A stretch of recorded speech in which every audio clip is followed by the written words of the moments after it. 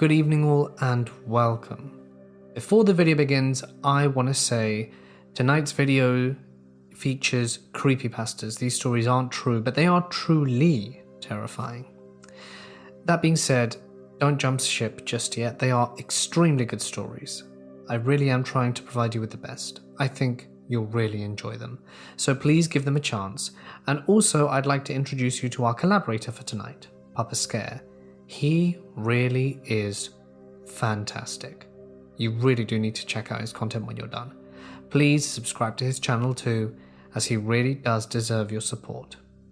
But with that being said, stay comfortable and let the darkness take control.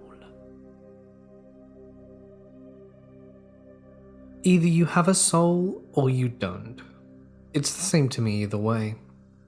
If there is no soul, then a human corpse is no more sacred than ground beef in the grocery store or roadkill smushed into the asphalt. If you do have a soul, then it's already gone by the time you close your eyes for the last time. Either way, the body left behind no longer belongs to you. Now, some might protest and say that a person is the owner of their own body, so once they die, their body is inherited by their family, along with the rest of their possessions. If this were true, then anyone would be free to take that body home with them. Maybe they'd prop it up in an armchair, keep it in the freezer until the weather's nice enough to bring along onto the next family fishing trip. If anyone tried to do this, their next family gathering would doubtlessly be interrupted by the police, who would be quickly convinced that the body is not your property to do with what you like. That in reality your body belongs to the state, and that it's up to them to decide your ultimate fate. In other words, no, I don't feel bad about stealing bodies from this state who has no right to them in the first place. I work in a mortuary, you see, but I'm not going to tell you which, because that would be bad for business. The first body I took was destined for a closed casket funeral. She hadn't been wearing a seatbelt during a car accident, and the force of the impact from her face hitting the windshield made her skull completely flat, as if someone had taken a hammer to Play-Doh. I commented on the incident at the time to a friend, a male nurse who worked at a nearby teaching hospital, and offered me $500 on the spot so he and his friends could have some extra autopsy practice. And I couldn't think of any justification to say no. The reasoning was straightforward enough. He and his friends would benefit from the extra experience, and that experience would then benefit other people during their medical careers. And of course I would benefit from the extra cash. Meanwhile, the corpse certainly wasn't going to mind, and the family was never going to find out. So a strictly ultimatarian philosophy dictated that it was the right thing to do. The woman weighed about 126 pounds at the time of her end, exactly the same as 28 bricks which I lined the bottom of her casket with. The funeral went as funerals do, with tears and speeches and many furtive glances at the clock hanging at the back of the church. It wouldn't have even been worth mentioning it to the woman's father, hadn't he made the selfish request to see his daughter one last time. I possessed a good deal of confidence in my ability to be persuasive, added by the air of authority I've cultivated in being a medical professional. Somehow I doubted that I could conjure any medical terminology of sufficient verbosity to convince the man that the accident had condensed his daughter into a pile of bricks, though. Instead, I was forced to rush from one member of the family to the next, convincing each in turn that seeing the corpse would instill a traumatic memory in them that would forever taint their recollection of the deceased. Once I had sufficient support for the idea, we all descended upon the father in a flurry of pleading for him to forego the request. It was a weight off my heart when he finally accepted and withdrew his intention. As you can imagine, I learnt my lesson after that. I would never again let myself be put in that untenable position. From then on, I would only sell corpses of those destined for cremation instead. It's not like I had much choice in the matter anyway. It turns out that Wagner, one of my friend's colleagues who participated in the unsanctioned autopsy wasn't satisfied with a single body. No. Not only would Wagner require a steady stream of them, but he even threatened to report me to the authorities if I did not provide. If we were the only ones who paid the price, I might have fought back, but then Wagner went on to say he would tell the family of the deceased. I couldn't bear the thought of how they would react, particularly the father, who had wanted to see his daughter again.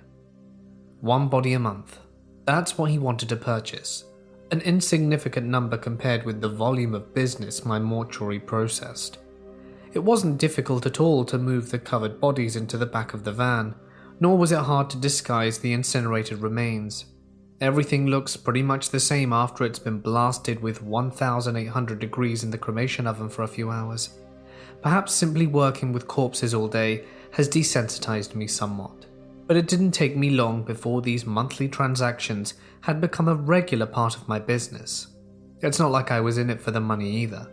I'd actually been donating all the money I get to help the families with their funeral costs. One time I was already waiting for him by the back door with the body ready to go. He took one peek under the cloth, turned up his nose and said, "I don't like that one. What else you got?" "What's not to like?" I asked. I grasped hold of the deceased man's fat belly and shook it with both hands. He's jammed full of lovely organs to play with. "We're studying the removal of ovarian cysts," Wagner told me. "I only want females from now on. The younger, the better." It just so happened that I had a girl in her mid-20s scheduled to be cremated and saw no difference in making the switch. This continued for another 4 months before I had a chance to catch up with my friend again over coffee, and he was shocked to hear that Wagner still wanted bodies at all. "Didn't Wagner tell you that he dropped out of medical school last semester?" my friend asked me. "No, he never mentioned that." "What was he using the bodies for then?" he asked. And as we stared at each other over our coffees, the unsettling possibilities began to float up from those dark places in the mind we tried to forget are there at all. "Well, it could be worse," my friend said after a long pause. Then another as he took a sip of his coffee. "At least he isn't hurting anyone." "You don't think he's..." "Wagner's always been a weird dude. What's wrong with it though?" my friend asked, nonplussed. "It's not like doing it with a kid or animal or anything. It's not like anyone is suffering." "We have to tell someone, don't we?" I asked, not sure what I was hoping to hear. My friend shrugged. "Telling someone would only hurt people. Not telling would not. Besides, I heard Wagner used to have a girlfriend, but it ended badly. So she got roughed up and the police had to get involved. To this day he swears she's the one who started it, and he was only defending himself. But she was like a foot shorter than him and half his weight, so none of us really believed it." "So you're really doing the community a service by keeping him away from living girls." "But why would he need a new one every month?" I asked. "Why do you care? It's not like the other girls are going to get jealous. Anyway, he's had enough medical training to know how to preserve them all properly. It's not like it's going to be a health issue." Shortly later, my friend got a call and had to get back to work. I kept sitting there for about an hour not drinking my coffee, just thinking while trying to not visualize anything too clearly. I know it's wrong, but for the life of me I can't figure out why. Of course my instincts revolt at the idea, but doesn't being offended make it wrong? After all, humans have a long history of being offended by everything from scientific knowledge to using birth control or even eating the wrong kinds of meat on the wrong kind of day, and none of that hurt people either.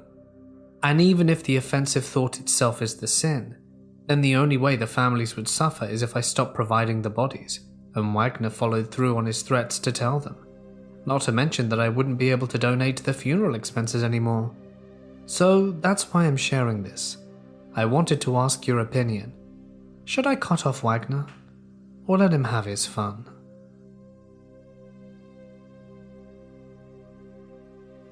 I dread looking at mirrors. I can't bear the thought of looking at my own reflection anymore.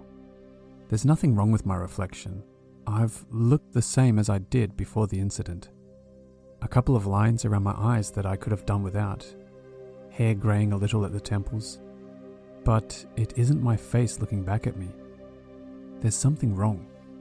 A stranger, looks back with my face, like a marionette with my features.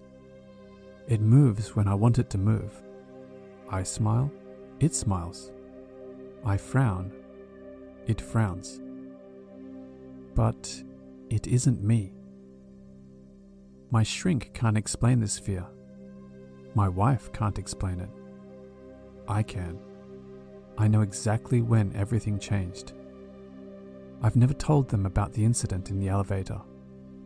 I don't think I ever will.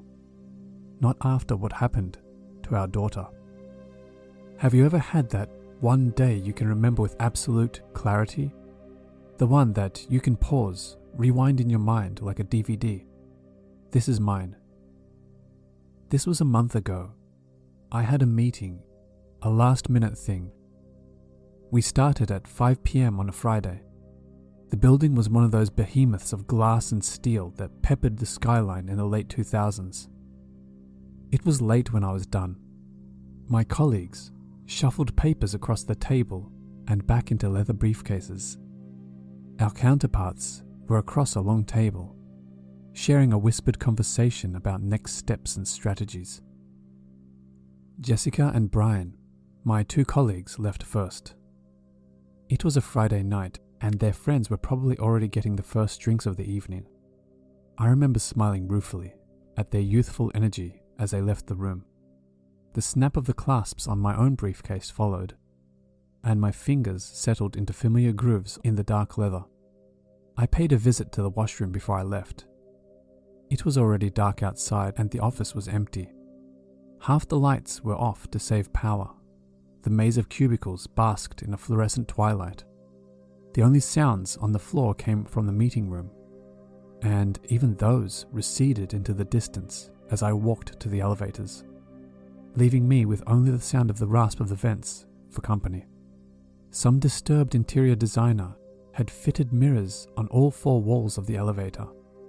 When I was riding up with a full cabin, it felt like being in a sea of people, a slightly nauseating feeling. Riding the elevator alone down 14 floors was a wholly different experience.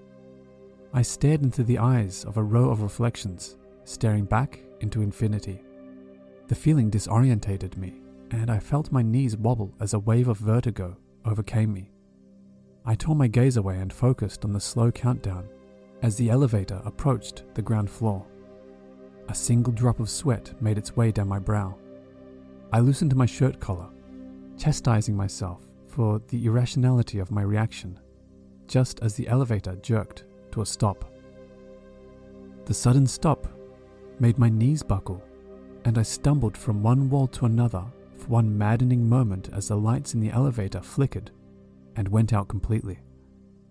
The last image seared into my mind was an army of reflections of myself swaying and staggering. Or not all of them. I swear that amongst the hundreds of figures, I saw in the half-light one that was standing absolutely still. The small space echoed with the harsh rasp of my own breathing, and the pounding of my heartbeat filled my ears. I fumbled through my pocket. I held my phone in front of me like a talisman against the darkness. My thumb was poised, white-knuckled, above the power button. I couldn't bring myself to summon the ounces of pressure it would take to light the elevator up, for fear of what the light would reveal. Just as the mirrors converted the tiny elevator into a vast plane, the darkness stretched those scant minutes into an eternity. I jumped as the intercom crackled to life. Sir? We seem to have lost power in the building for a while. We've got someone down at the power room now. We'll be back online in no time. My voice was very loud in the tiny space, deafening even. Just let us out, please. Okay, we got it. Think something must have tripped the power, the guard said, after a brief pause. There was a hiss of escaping air as the lift door opened into the pitch darkness of another office floor. The lights in the elevator winked back on. After I blinked the harsh light from my eyes, I found myself face to face with my own terrified visage, reflected over and over again. except for one thing. There was a gap in the row of reflections. One of them was missing. One more thing haunted me as the lift made its way to the ground floor, and I left the building, the cold sweat drying on my skin as I sped through the car park with the windows down. All the time I was in the elevator, I hadn't said a single word. Not a single word. After my experience with the elevator ride, I began to have problems with mirrors. Not big problems at first. I found myself staring at my reflection more and more. It started out as a vaguely unsettling feeling, as if something was incomplete. Like when you've missed a button on a shirt and you keep on staring to figure out what's wrong. I didn't get the same feeling from photographs, only mirrors. It got worse. I started prodding and pinching my face to convince myself that it was really me looking back from the glass. It was only after I had raked a shallow scratch from my cheekbone to my chin that I began avoiding mirrors altogether. Stacy's own fascination with mirrors started growing at the same time as my own fear. Funny that she hates mirrors just as much as I do after the incident. Stacy is 7. I'll be damned if you can't find a father that doesn't describe a daughter at that age as perfect. Well, she's got it all. The strawberry blonde hair, the freckles, the look of wonder all the time because the entire world is so new. It started small. Julie, my wife, started complaining about having to clean all the mirrors in the house so much more. Fingerprints for the most part. Sometimes a smudge where Stacy had pressed her face up to the mirror. It really didn't click for me at the time, especially with the twin stresses of work and the insidious thought that I was somehow going insane. It wasn't just at home either. Julie would find her staring intently at mirrored surfaces in malls, the car window, everywhere. Then the talking started. It wasn't uncommon to hear Stacy talking or singing to herself. That's what kids do, right? Something was different here. Julie couldn't put her finger on it. The tones and inflections were different from the sing-song manner that girls used when they were talking to dolls. Far too serious. This was a conversation between equals. She'd catch snatches of one-sided conversations from the hallway, only to find Stacy alone in the room, looking at her reflection in the big mirror in her bedroom. Stacy would give her one of those petulant looks that only a 7-year-old can summon up, like she'd interrupted something private or pointed out that Santa Claus wasn't real. Julie put it down to Stacy making up another imaginary friend for herself, something that lived in the mirror. Julie confronted me one night after I got in late from work. "You should really spend more time with her, you know. She really misses our dinners together. Or when you used to take the time to fetch her from school," Julie said. I can't remember what I said in response. I imagined that it was one of those filler sentences that punctuate the spaces in a marriage, like packing material or bubble wrap. "Well, I think she really misses you. You know she's got that whole imaginary friend thing going on, right?" I nodded in response. "Well, I think she imagines she's talking to you." I found her writing all over the big mirror with a Sharpie, backwards. She said it was so that it would be read from the other side of the window, or so she called it. So I explained to her that mirrors showed people things that are in front of them, while windows showed people things that are behind them. I didn't think she'd still be confused about these things at her age, honestly. Do you know what she told me? She said, "Daddy wasn't behind me, but he was in the glass. So it must be a window, right?" Such an imagination. Anyway, the Sharpie dried out on the mirror, so could you go clean it off with some of that solvent stuff you keep in the garage? My mouth went dry. She had to repeat her last sentence twice before I grunted an acknowledgement. It was a struggle to put one foot in front of the other, dreading what I would find at the end of the long hallway to my bedroom. I chided myself on the sheer absurdity of the situation. A grown man terrified in his own home because of his daughter's imaginary friend.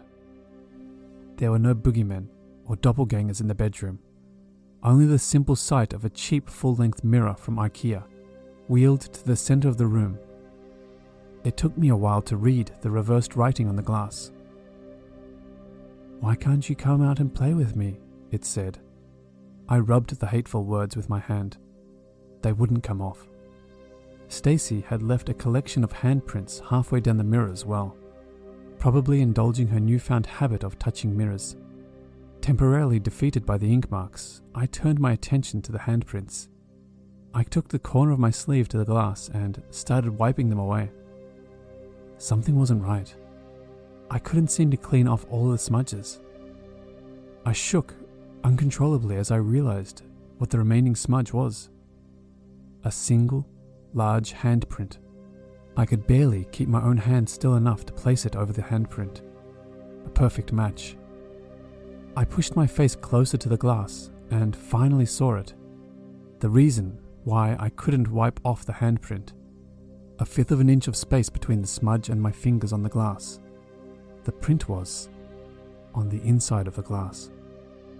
The world swam as my gorge rose, hot and sour in the back of my throat. I barely made it to the toilet in time. Half a world away, my wife's concerned voice was asking if I was alright. The blood was still pounding in my ears as I splashed cool water onto my face. I looked up into the bathroom mirror. I found myself face to face with a ghastly caricature of myself. Eyes wild, hair disheveled and grinning like a maniac. I touched one trembling hand to my face to be sure. I wasn't smiling. It took the doctor an hour and 26 stitches to close the cuts on my knuckles. This part of the story is by far the hardest to relive and even harder to pen down. But I remember it vividly, just like I remember the elevator ride. The memory stalks my dreams at night. In the day, in the little quiet moments, the pauses between events, I pick at it in my mind, like a never-healing scab. The pain I feel is the only thing that grounds me now. It lets me know what happened was real as the scars on my hands. There was something else in the elevator with me that night, I'm certain of it. Something else spoke to the guard in that descending metal coffin. Something else beckoned to Stacy from the other side of the mirror. Things calmed down after that, for a while. My paranoia about reflective surfaces grew. It started small at first. Can you remember every single waking moment from yesterday? How about the day before that? Last week? Maybe it's that time your coworker said he thought he saw you leaving the office, but you were still around. Or when your wife asks you to pick up milk as she passed you in the kitchen. Or the keys that mysteriously made their way from the coffee table to the dresser. You don't remember these little blank spaces in your life. You accept that things slip your mind, that you forget things, because the alternative is unthinkable. That there's something else that looks exactly like you out there. Something else with your face but grinning like it's just heard the funniest joke in the world. Something that's slowly slipping into your life, like the thin wedge of a blade into the shell of an oyster, just waiting for the right time to twist. There were a few times when I almost thought I saw it. Someone 10 paces away on a crowded escalator with strangely familiar hair, or a sliver of my favorite shirt vanishing around the corner. All this time, I learnt to avoid my own reflection, keeping my head down in the bathroom as I sped past the mirror, averting my gaze when I saw windows and other glass surfaces. Shaving by touch. I only saw the grinning man once more after that. Julie was out of town for a couple of days. Some conference or business trip. I held on to Julie's hand a little longer than I should have as she was checking in. The words fought to get past the lump in my throat. Don't go. There's something stalking our daughter. Something wearing my face. I felt like screaming it out to the entire terminal, but instead I watched Julie's plane taxi out onto the runway, with an unfamiliar longing in my chest. It was just Stacy and I in the house, but we were not alone. I'd taken a series of afternoons off throughout the week. I told the office that I'd be working flexi from home, off the VPN. It gave me more time to get Stacy from school, fix dinner, and watch over her schoolwork. The second day after Julie left, I drove up to Stacy's normal pickup location. It was empty. I circled around a few blocks.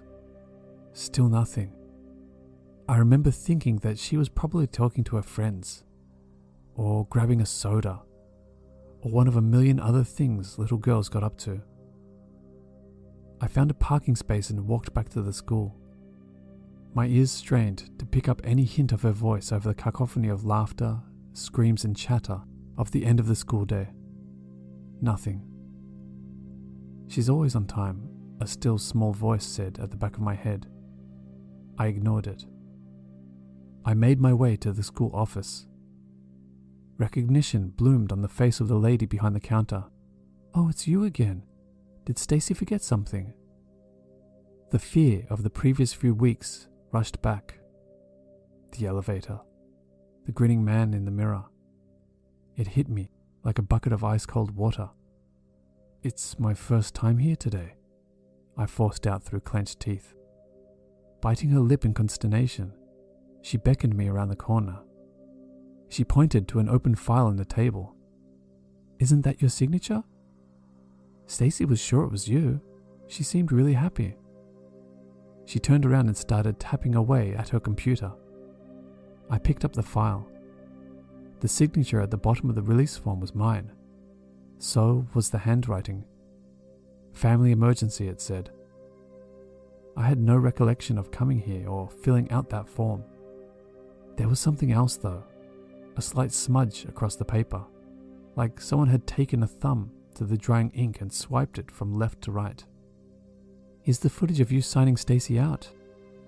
I looked up at the LCD screen numbly. There I was, in the same clothes, standing behind the counter. Except I was writing with my left hand. I'm right-handed. The thing in the video playback pauses. It lifted its head towards the camera. I saw a familiar grin on its lips. My knuckles were very white as I gripped the steering wheel. It was getting dark already. Initially, I felt nothing but a white-hot rage. Nothing could stop me from finding my daughter and freeing her with my own bare hands. For a second, I was every badass movie father in existence. Liam Neeson, Bruce Willis, Mel Gibson. And then rationality took over. I didn't know where she was. The police couldn't help. And even if I brought it to them, I was more likely to wind up in the nut house than to get my daughter back. The rage melted away until nothing was left but the sick feeling of fear in the pit of my stomach, fluttering about like a living thing. I pulled up to my driveway.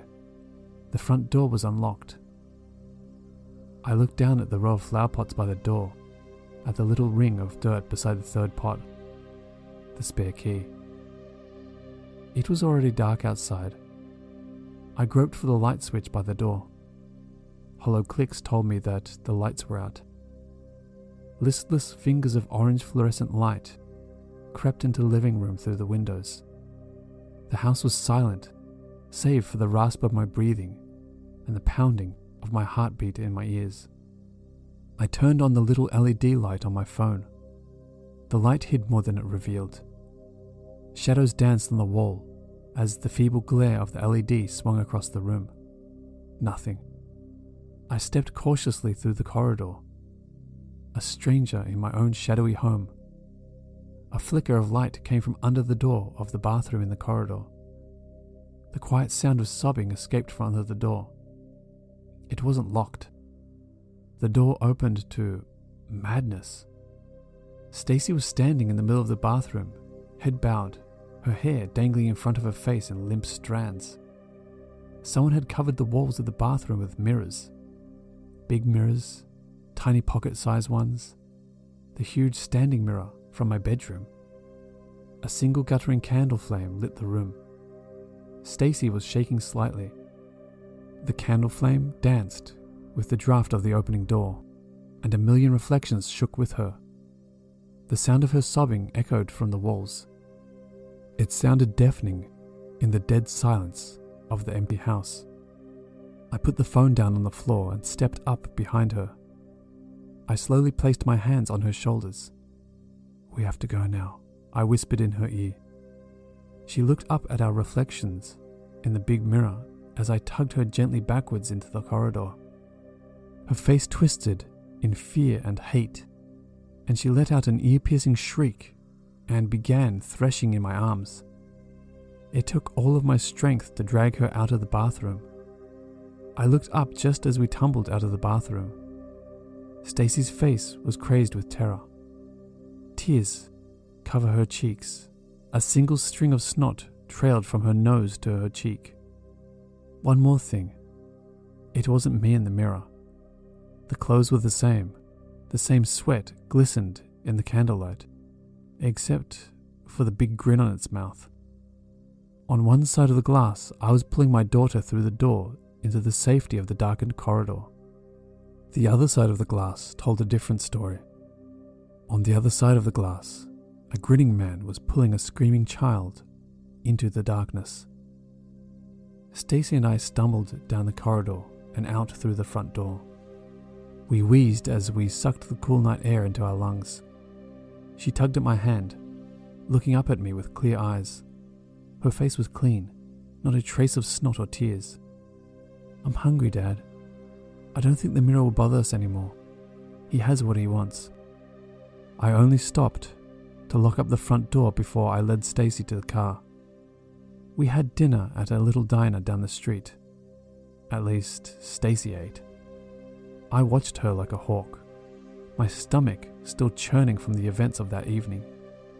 Dessert was gone and she started doodling on a napkin with a pencil stub of a pencil while I sat there, pensive. When had she started writing with her left hand? "Stop making those faces," said Julie, exasperated. We were out at the park enjoying some of the last days of summer. I'd gotten a spanking new camera to take my mind off things. A second-hand Canon 600D to start out some serious photography. Stacy hasn't quite been the same since that incident. There's a space between us that hasn't been there before. Julie has already noticed it.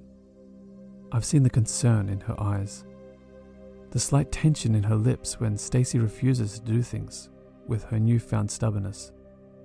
Julie handed me the camera. "And stop giving me that creepy grin, you big goofball." She leaned in for a kiss that I didn't return. I hadn't been grinning, but the expression she described was at once familiar and alien to me. It had been weeks since I'd last seen it, staring back at me. Once in my bathroom and the second time over my daughter's threshing form in her bathroom. My hands were visibly shaking as I raised the camera to my face. My wife taking up her position with her arms around Stacy's shoulders. I closed my eyes, hoping to sear this picture into my brain. The fine black rubber of the viewfinder brushed my eyebrow. I slowly let the air out of my lungs as I cracked my right eyelid open. My wife stood there, just as I remembered from a second ago. But Stacy, my baby girl, her mouth was open. Oh God, she was screaming, just like she had when I dragged her out of the bathroom. I know what Stacy sees in her reflection now, just like I know the grinning man is always there for me, behind those cursed pieces of glass and silver.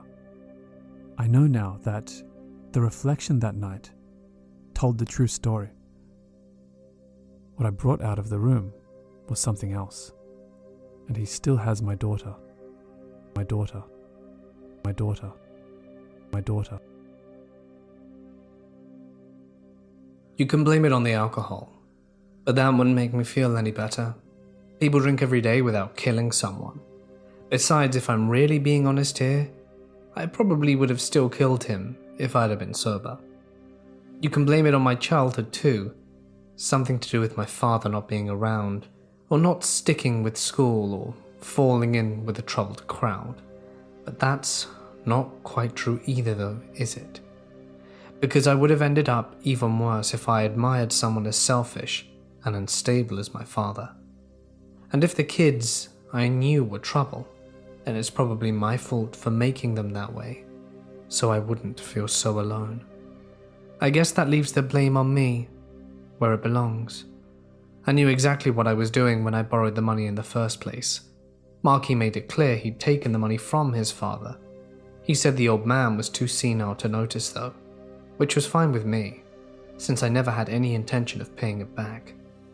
I couldn't plan 6 months in the future, but even if I could, I didn't expect to still be alive when the bill came due.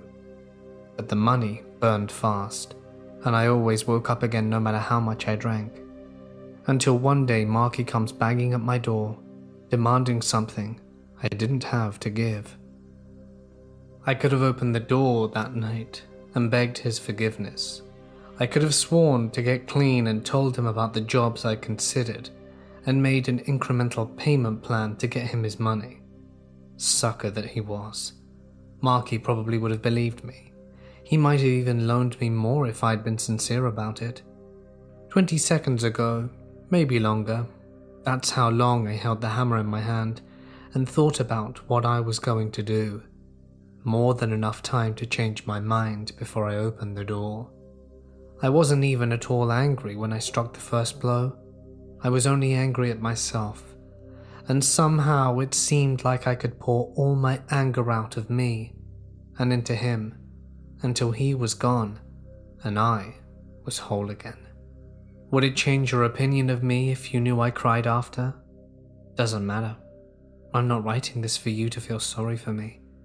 I would have turned myself over to the police or to God, but the police would sentence me without understanding, and God would understand too much while do nothing.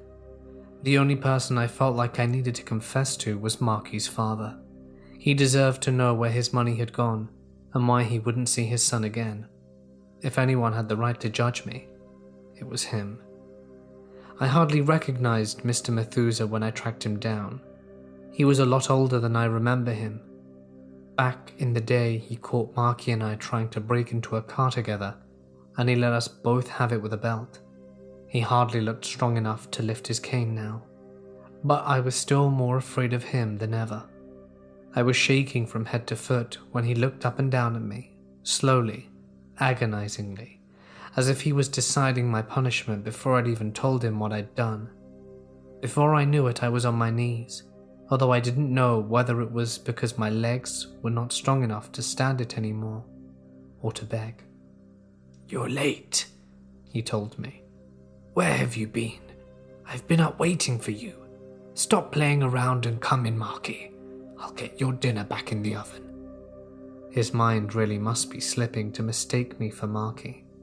With those words, he passed judgment over me though. Now it was my turn to make a choice. I could break the old man's heart and tell him that his son wasn't coming home. Or I could play the part and bring Marky back to life. I let Mr. Methuselah feed me, and I stayed the evening with him. And the more he talked to me, the more convinced I was that I was doing the right thing in letting him believe. His mind hadn't completely gone. He really had noticed the money that Marky took from him, and while I couldn't apologize for what I had already done, I found solace in apologizing for all the things he blamed his son for. Over the course of the evening, I promised to make it up to him, to visit more often, and take him to the park to watch the ducks, and 100 other things besides. He marveled at Marky's sudden transformation and insisted I stay the night in the spare room. After I'd gone to bed, he brought me a glass of water and kissed me on the forehead and told me I was home. Lying in bed in the dark, I cried for a second time that night. I couldn't forget what I had done, but that knowledge made me try all the harder to be everything Marky should have been. Mr. Methuselah had lived alone since his wife had died 4 years ago, and he was overjoyed to have company again. He showed me all his old baseball trophies, and his eyes lit up with delight when I told him I forgot the stories and asked him to tell me again. He had a big cupboard full of early musicals, and we'd watch one together every night. For the first few nights, all I could think about was slipping out to get a drink, but every time I'd mention leaving, I'd see the empty look on his face and know it was my duty to stay. Before I knew it, I was going days at a time without even thinking about alcohol. Not long after, I worked at a pharmacy around the block and started making the old man's money back for him. It wasn't that hard to save up now that I wasn't drinking, and he was letting me stay rent-free. I honestly can't remember a time I was so happy. I thought that was how my life was going to be forever, until the night we received an unexpected visitor. It was around midnight when we heard a rustle of a key in the lock downstairs. I got a flashback to when I lived alone in an area that got break-ins all the time, and I crept out of bed and spotted a flashlight beam lancing around the living room. Part of me was afraid, but I knew I didn't deserve to be here if I couldn't protect what I'd come to care about. I waited until the flashlight turned towards the kitchen before I crept down. The intruder was facing away from me, and I'd lose my chance if I waited any longer. He might have had a weapon, but I had a bronze baseball bat trophy and an arm that had done this before. I used the sharper corner of the base and got a clean blow before the intruder could turn around. A man crumpled to the floor, dazed but not out cold. He started to crawl away, but I pinned him to the ground ready for another blow. It would have landed too if shock hadn't have stayed my hand. Marky was lying on the floor below me, looking just as surprised and angry to see me as I was to see him. His skull still looked slightly misshapen from where I pummeled him with a hammer, what felt like a lifetime ago.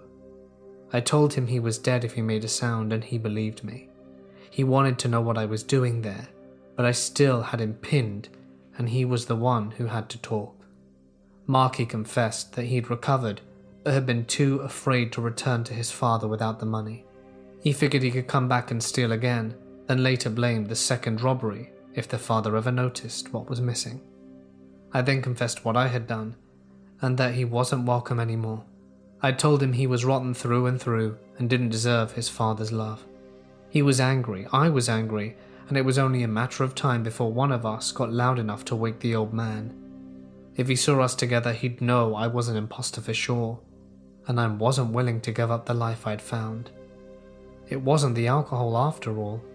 I'd proven that when I brought the metal statue down on Marky's head again, and not stopping until I was more careful this time, and made sure to finish the job, cleaning and disposing of everything properly. It didn't hurt me the same as it had the first time. Mr. Methusa hadn't lost a son after all, but I had gained a father.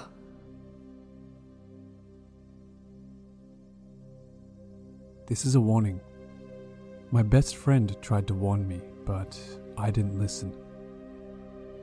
Now all that's left of me is a shell, a broken man. I'm sorry that there's so much of it to tell. I couldn't risk leaving anything out. All I need is for one of you to understand, and I've done my job. Owen was my pal. Maybe the best one, if I had to rank them. One of the good guys. He didn't have many friends. We met in high school, drawn together by a mutual love of turn-based strategy games. Master of Orion, Heroes of Might and Magic. Owen was an absolute beast at those games. He had a queer talent for memorizing patterns, statistics, and maps. He'd devour games like a man possessed, teasing out exploits and secrets while the rest of us were still getting our asses handed to us by the AI. Even 5 years out of college, Owen remained thin as a rake, his eyes looking perpetually surprised through thick spectacles. Life happened to the rest of our little circle of friends. We went corporate, chased the dream, ran a rat race. We never kept in touch like we should have, other than meeting up every few months for a meal. I gathered that he worked at a bank somewhere, cruising along and meeting his targets without excelling. The last time I saw Owen was a little over 4 months ago. He had arranged to meet me at one of our favourite bars in a quiet part of town.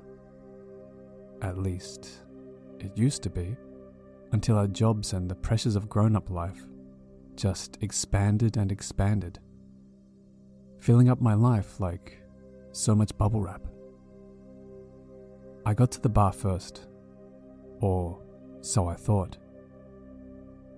I searched the crowd fruitlessly until my eyes focused on a lone figure in a scruffy coat sitting at the bar. I had to swallow a gasp as the man turned around. I hadn't seen Owen in the better part of a year, but he looked like he'd aged a dozen. He was thin before, but he was nothing more than skin and bones now. His cheeks were sunken in, unshaven, with a wispy beard framing his mouth. He smelled of sweat and grime and worse. One thing hadn't changed. His eyes still blazed with a fierce intelligence. He gestured at the seat next to him. When he spoke, the words came out in a rush. He'd found something, he said. He'd found a warning, scribbled in an old map he'd seen in a library. It pointed to a street somewhere in the city that he hadn't been able to find on modern maps, or even on Google Maps. He'd hunted the street down, he said, and found a back alley, a nameless lane between two buildings that shouldn't have been there. Intrigued, he'd gone back and found another 2 maps in the library with other warnings, in different handwriting from the first. The maps were published years apart, yet seemed to be warning readers away from similar nameless streets. Owen grew more animated as he spoke, gesturing wildly, a small crust of white spittle forming at the corner of his mouth. He'd found more of the lanes the maps warned about, cracks between buildings that shouldn't have been there, hidden alleys. I saw a familiar glint of obsession in his eyes. He'd found something special, a hidden system, and he wouldn't rest until he had laid bare its secrets. He stopped short, his eyes widening at something through the window, across the busy street. I turned around to see what had spooked him, but the throng of people at the bar and on the street blocked me. Hands shaking, he teased out a tattered map from his pocket. It was covered in his crabby writing, too small to make out by the light of the bar counter. He marked a spot and hurriedly folded up the map, which quickly disappeared into his pocket. It's big, something hidden. I've almost got all the places. I'm almost there. I can't move fast enough. I'll need something faster. So that's what he wanted. Just to borrow my car for the weekend. I gave him a look that was half pity and half derision. Pity for the friend I knew, and derision for the madman twitching before me. It wasn't the first time I'd let him drive my car, much less now since we'd drifted apart. I had no idea what had gotten into Owen, and I wasn't even sure that I'd get it back in one piece. In the end, his plaintive wheedling got the better of me, and I agreed to let him have my car for the weekend. I wish to God I hadn't. I didn't hear anything from Owen that Saturday, or the day after. He didn't pick up his mobile the entire night. I had to get a cab in on Monday morning, and planned to take my mounting frustration out on Owen after work. Friendship be damned. His antics seemed more like college hijinks than something an adult should be playing at. I checked my phone as I left my apartment. A text from Owen. Car at my place. I was wrong. Burn map. Leave nothing behind. Don't come after me. I was sufficiently creeped out by the message to leave work early. I hadn't been to Owen's apartment in years, but I still remembered the way. I saw my car parked out front, a cup of coffee in the cup holder, a huge map of the city, densely annotated, unfolded in the passenger seat. I made my way up the stairs. The door to his apartment was open. Owen wasn't inside. His mother was. Her face crumpled with a grief that no parent should know. Owen's house was a wreck. His mental decline clearly reflected in his apartment. Maps, photographs, and sheets of paper, covered with a mixture of scrawling handwriting, covered every possible surface. Between gulping sobs, she explained how she'd just come back from the morgue to identify his body. He'd been in a pretty nasty hit-and-run accident the morning before. The cops said he must have been dragged for a distance. Facial identification was impossible. She only managed to identify him through his personal effects and a tattoo on his upper arm. Or at least, a tattoo that used to be on his upper arm. The accident had sheared a chunk of flesh right off him, and she had to identify pieces of her son's body laid out on the cold metal of a gurney. Owen's father and brother came by with the funeral director then. I excused myself, leaving the family to their grief. As his friend, I should have offered my help, but I needed to leave the house. Owen had been found on Sunday morning. I whipped out my phone to verify what I already knew. He'd texted me at 3 a.m. on Monday morning. My head was still spinning when I got into my car. The shock of Owen's sudden passing and the chill left by the text message this morning danced nauseatingly in my head. Was the fight in the bar all I had to remember him by? I unfolded the map. Owen's spidery writing covered almost every available space on the map. He'd been writing with a force and speed which turned his usually neat script into an illegible scroll. So forceful in places that the cheap ballpoint pen had punched through the paper. He'd marked out dozens of locations on the map with crude stars, accompanied by annotated times and dates. The rest of the text made no sense. There were scribbled symbols that didn't even match any language that I knew of. The snatches of English that I could decipher made no more sense than the symbols, products of Owen's obviously addled mind. They watch from the cracks, nameless streets, secret kings and queens of the city. They sing to the dead, they eat the lost. The meaningless text still sent a chill down my spine. The depths of my friend's madness shocked me. I couldn't fathom why he would ask me to destroy the map. Lost in my troubled thoughts, I started my car. A polite chime snapped me back from my reverie. It came from a shiny black slab on my dashboard. A GPS unit. Not mine. Owen's. A strange thing for him to own since he didn't have a car to start with. I looked at the tiny LCD screen. I was at a location that Owen had marked out on his little GPS unit. His home? No, it was slightly off. Across the street. It looked to be in the middle of a building. A shop, maybe? The streets were empty of both pedestrians as well as cars. It was a quiet street, but something felt out of place. No, the street wasn't totally empty. There was a small lane, practically a crack between two buildings, right next to my car. A waifishly thin teenage girl was standing there, dressed in tatty jeans and a plain, threadbare t-shirt. Far too thin for the icy winter weather. No shoes either. She was wearing a look of intense focus on her face, her dark, piercing eyes staring upwards towards Owen's apartment. Her face was perfectly formed, pale but covered in streaks of dirt. Her blonde hair, matted into crude dreadlocks. She seemed perfectly at ease in the cold, as though she could feel my eyes on her. Her head snapped downwards, and she affixed me with her mesmerizing gaze. I felt transfixed, like a butterfly pinned to a corkboard. Her bright pink tongue snaked out from between her dirty lips.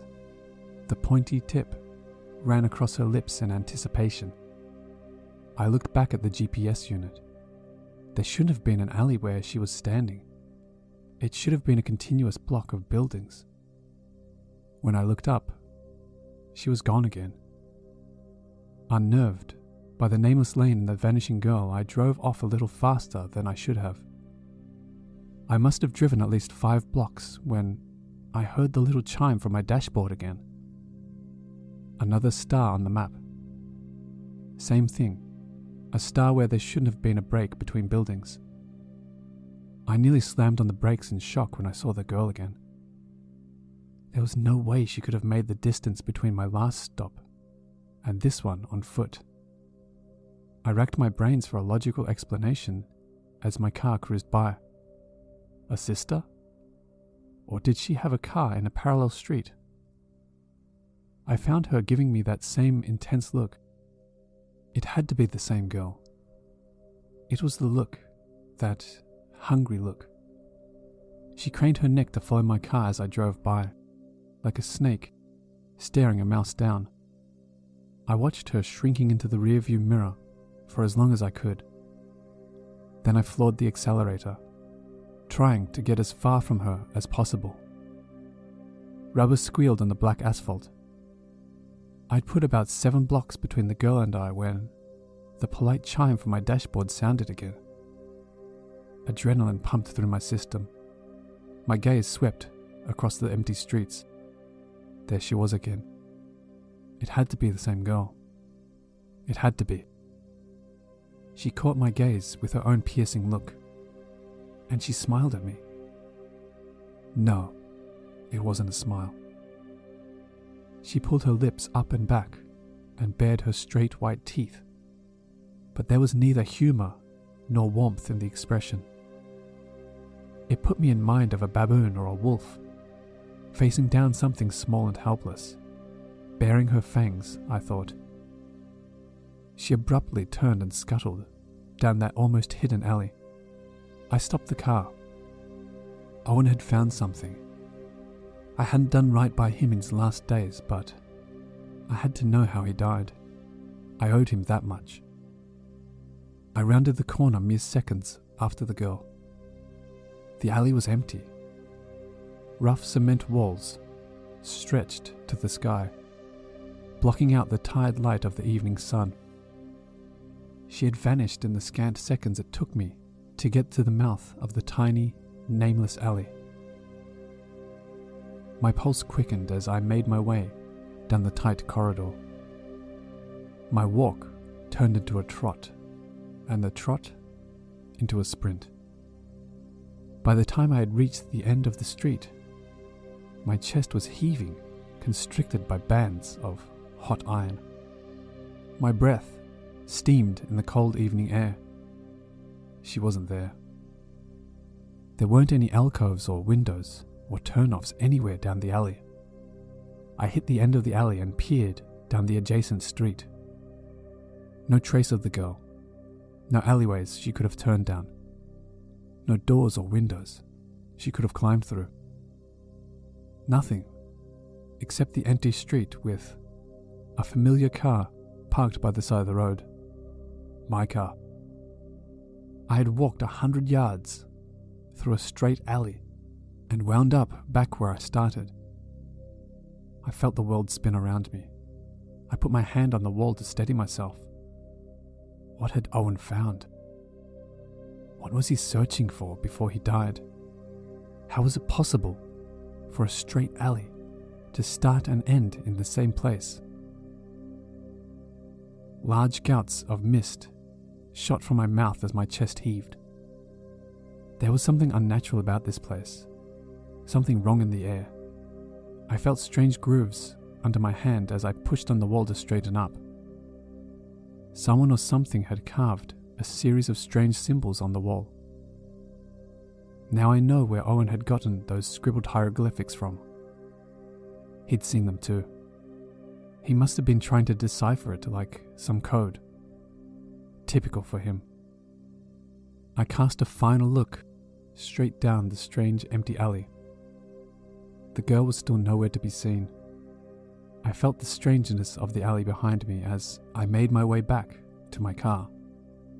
My breath misted on the cold window as I cast one final look towards that crack between buildings, that nameless space. The nameless space with the same girl staring out at me. The temperature was close to freezing outside, but I finally realized what had unnerved me about that silent tableau. All that time I was staring at her. I hadn't seen her breath mist up on the crisp evening air. What I saw that day filled up my waking moments like a creeping itch. I would find my eyes magnetically drawn to the hard plastic shell of my glove compartment on the slow commute to work. Owen's mysterious map and GPS navigator skittered around within their prison like caged rats when I took turns just a little too hard, reminding me of their presence. Owen had stumbled onto something strange. He'd found something and it had consumed him. I'd gone to the funeral with the expressed intention of handing over the map and the navigator to Owen's family. The empty rows in the church showed just how far he'd taken his search. No colleagues, barely any friends. The odd family member. He'd lost his job months ago, cut off almost all contact with the outside world. Owen's mum had aged a decade since I saw her last. The raw shock of hearing about her son's death replaced with a bone-deep sorrow, painfully obvious in the crinkles in the corners of her eyes, in her sunken cheeks, in her haunted, leaking eyes. I'd whispered my commiserations, saying how sorry I was, all while the truth of the map and Owen's last warning poised at the back of my throat like a wave of bile. I choked the secrets back, where they sat in my gut, swollen and sour. I had to find out more. I spent hours trying to decipher Owen's writing, looking for a pattern in the crazed scribblings. I lacked Owen's skill with codes and systems. There was no pattern I could discern from the constellation of marked locations. No hidden message leapt out from his ravings. There was only one other thing to try. The day was cold, I remember, even for midwinter. Not a skin cold, the cold that cut through your clothes, seeped in with every breath into your lungs. A deep, bone cold. I returned to the first 3 alleys where I'd seen the girl. I found nothing. The alleys were totally empty. In stark contrast to the busy streets just a few yards away. The 4th one was empty too. It was getting dark by the time I got to the 5th point marked on the map. The crowd on the sidewalks had thinned out as the chill got deeper. Owen's handwriting was impossible to read in the weakening light. I rounded the corner and I saw another one. He could have been a brother or twin to the girl I'd seen. Same blonde hair, a simple fitted t-shirt, jeans, barefoot on the biting cold concrete. He gave me a sardonic stare. He looked to be gnawing at something, a chicken wing or something similar, with great gusto. I saw as he stretched his mouth open to suck the last ounce of flavour off the little morsel, before drawing out the bleached bone from his mouth and flinging it into the distance. He made a little mew, as though he'd bitten into something sour. His eyes still locked with mine, he opened his mouth and rooted around with a questing finger. Finding what he'd been looking for, he hooked out a huge-looking greyish chunk out of his mouth and delicately set it on the floor. Abruptly, he turned took 3 deliberate steps to his right and vanished around a turn. I rushed forward to see what he had put on the floor. I wished I hadn't. It was a ring, class of '06, still slicked wet with saliva on the outside, but sticky red with blood and shreds of tissue on the inside. I instinctively clutched at the identical ring I wore on my index finger. The boy hadn't been chewing on any buffalo wing. He'd been chewing on Owen's finger. The smell of blood hit my nose, sharp and rich, through the evening chill. My last meal rushed out of me in a flood, and sat, hot and steaming on the cold floor. I turned to face the small nook the boy had walked into. Nothing. Like the girl, he'd vanished. All that lay before me was a featureless dead end. Not featureless. Something that nobody else could have seen. Nobody but Owen and me. There, in the delicate spiderweb of cracks on the concrete, drawn out in a thin black filigree on the wall, was another of the symbols from Owen's map. When does a search become an obsession? Or when does an obsession burst into mania? Owen's degeneration was clear as day to me, but my own descent was far more subtle. The terrible damage of the accident had visited one final indignity on Owen and his kin. They had to say goodbye to the polished wooden veneer of a closed coffin.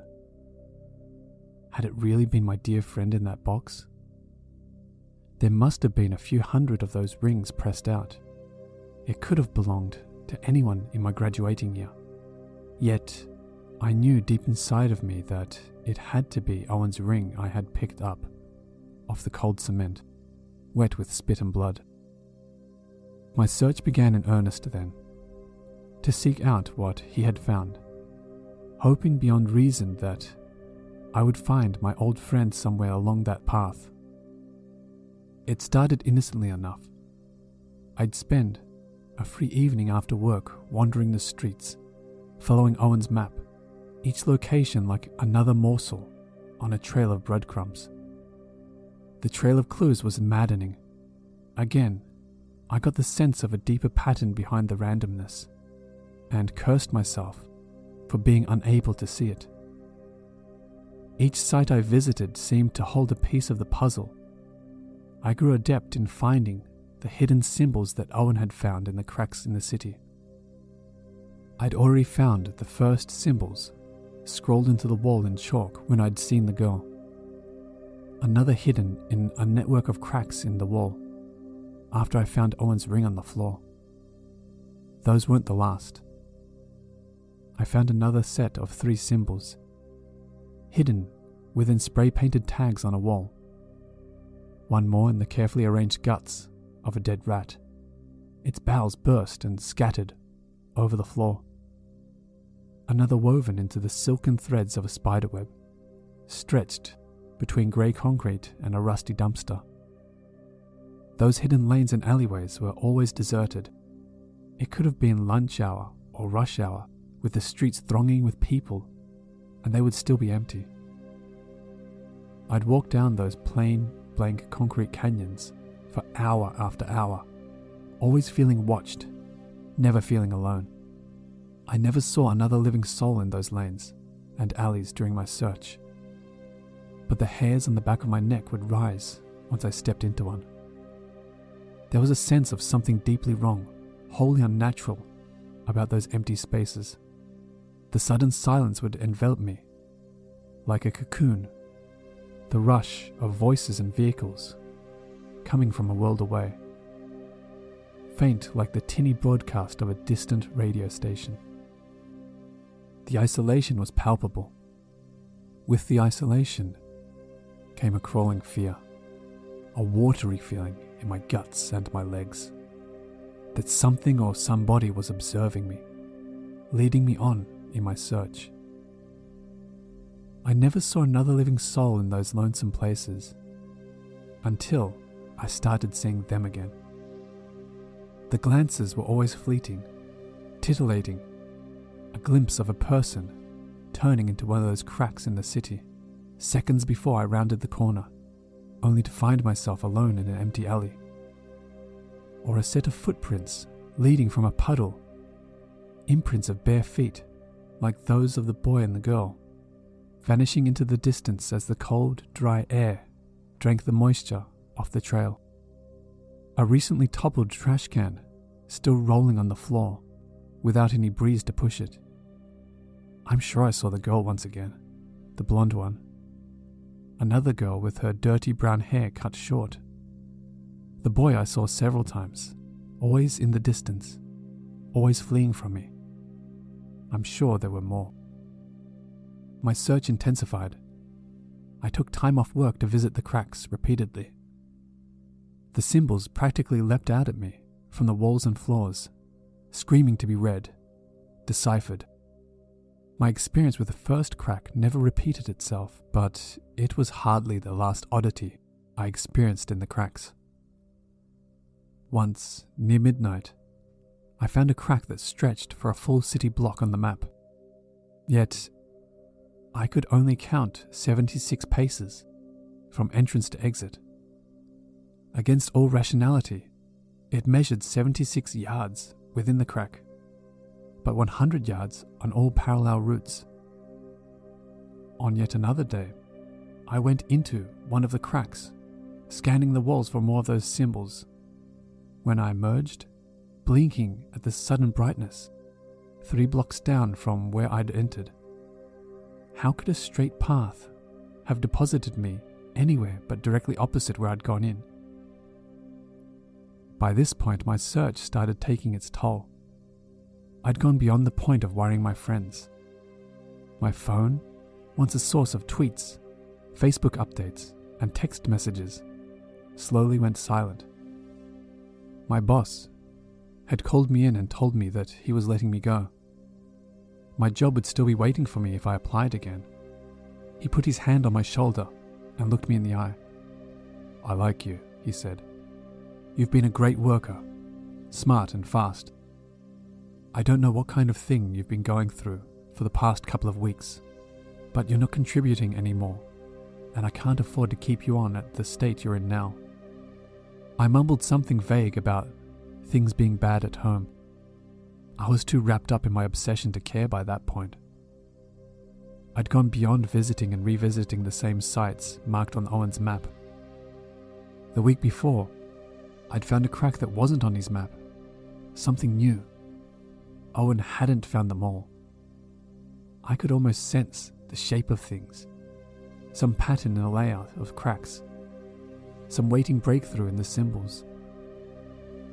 That's when I found him. I found myself with a lot more time. My search expanded. I found 2 more cracks, greedily documenting their locations and taking pictures of all the symbols I could find. And then I found my 4th one. The sun was high overhead, but the light provided no warmth. Like a morgue, I remember thinking, all bright and cold. I rounded a corner on a busy street downtown. My breath caught in my throat. I felt the familiar tingle. I'd found another one. My heart leapt. But there was something else here. A few yards in, hunched over, was a man, a denizen of the streets from the looks of it.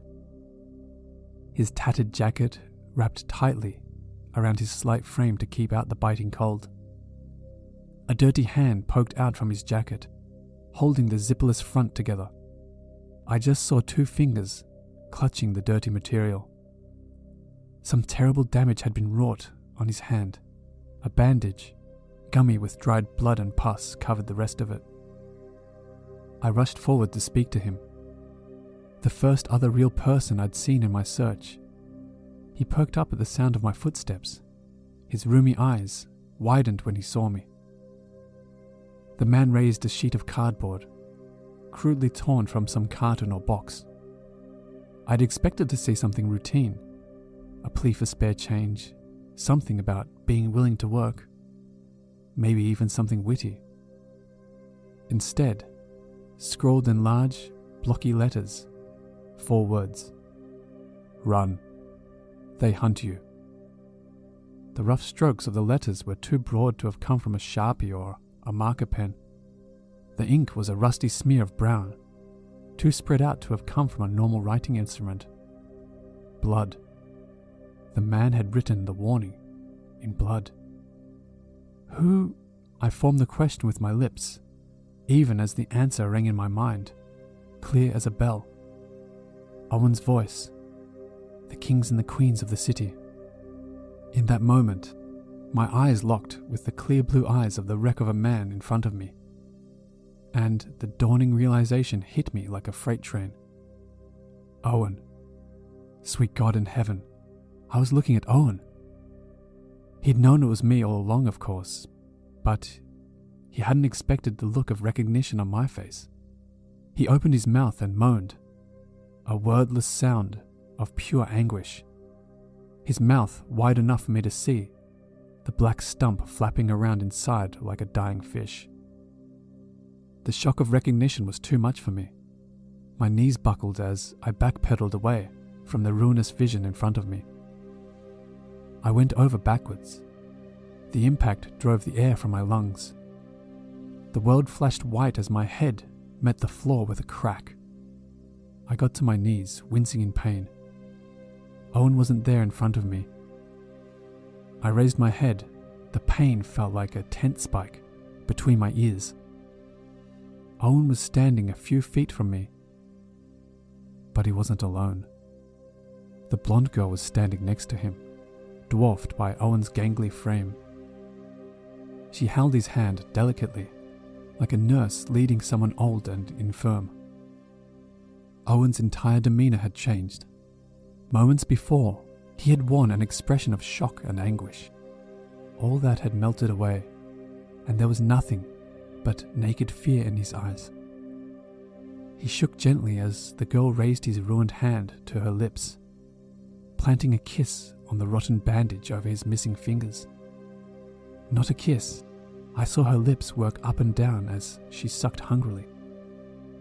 When she looked up, there was a smear of brown over the perfect pink bow of her lips. We're coming for you next. There is so little of this one left, and there are so many of us. Her voice was clear and sharp, with just a trace of girlishness. She reached up and stroked Owen's cheek softly, smiling at me. Owen shuddered. The crotch of his jeans darkened as he lost control of his bladder. I tried to get to my feet, but the pain was blinding. The rush of blood to my head whited out my vision again. I blinked furiously, trying to clear my sight. When the world swam back into focus, Owen and the girl were gone. I rushed forward to the spot where I'd seen him last. Nothing lingered but the faint smell of piss and fear.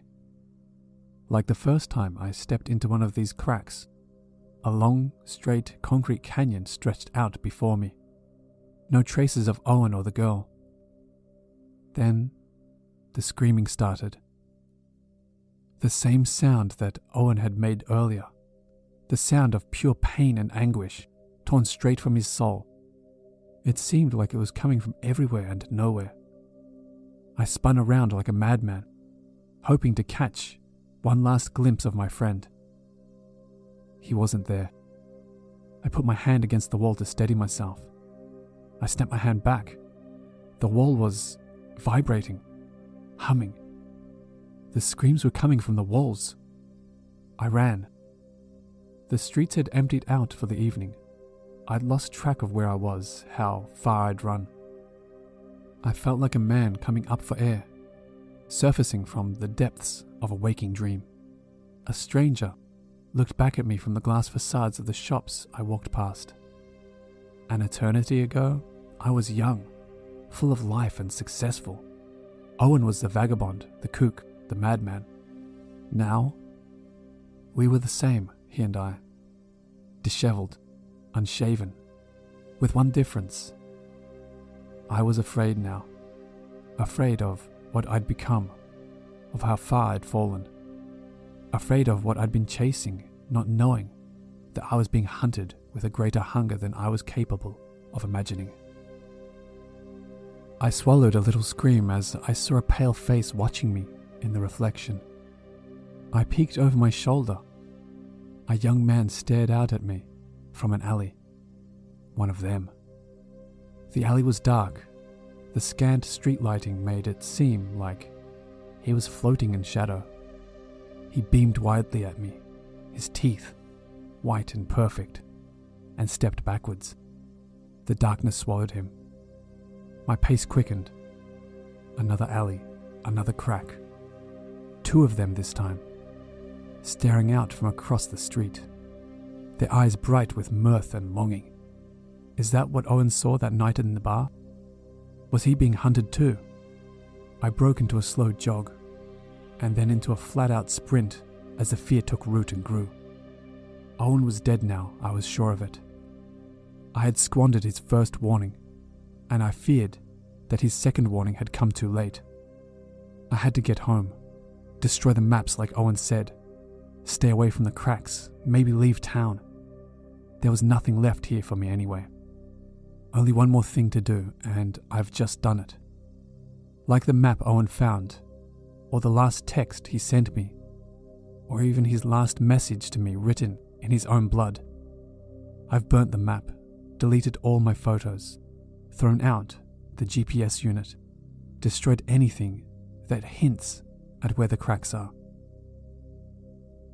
There are dark things in our cities, hidden things, hungry things, lurking in the web of cracks like spiders, waiting for the unwitting and the unprepared. All I need to do now is leave my story, my warning, and my hope that nobody else follows me or sees what I've seen. I am done. I'm done.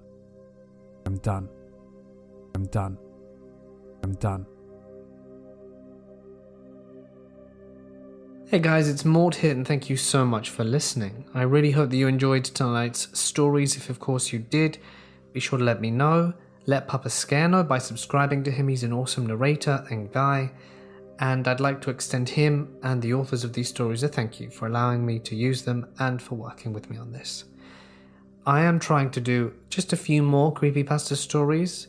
I don't have many left, but I've wanted to do some for a while, and the ones I'm picking, I think at least, are really, really good. So like I said at the start, please subscribe to Papa Scare, show him some love, he is awesome, and it would really mean a lot to me if we could hit 1,000 subs on his channel, because I really think he deserves it, and you'll probably enjoy the videos he produces. I mean, I do. His voice is excellent. But with that being said, I'm going to leave you here. There's a link on screen to his channel and his latest video, and I'm sure you'll enjoy it. Stay awesome though, and I'll see you in the next one.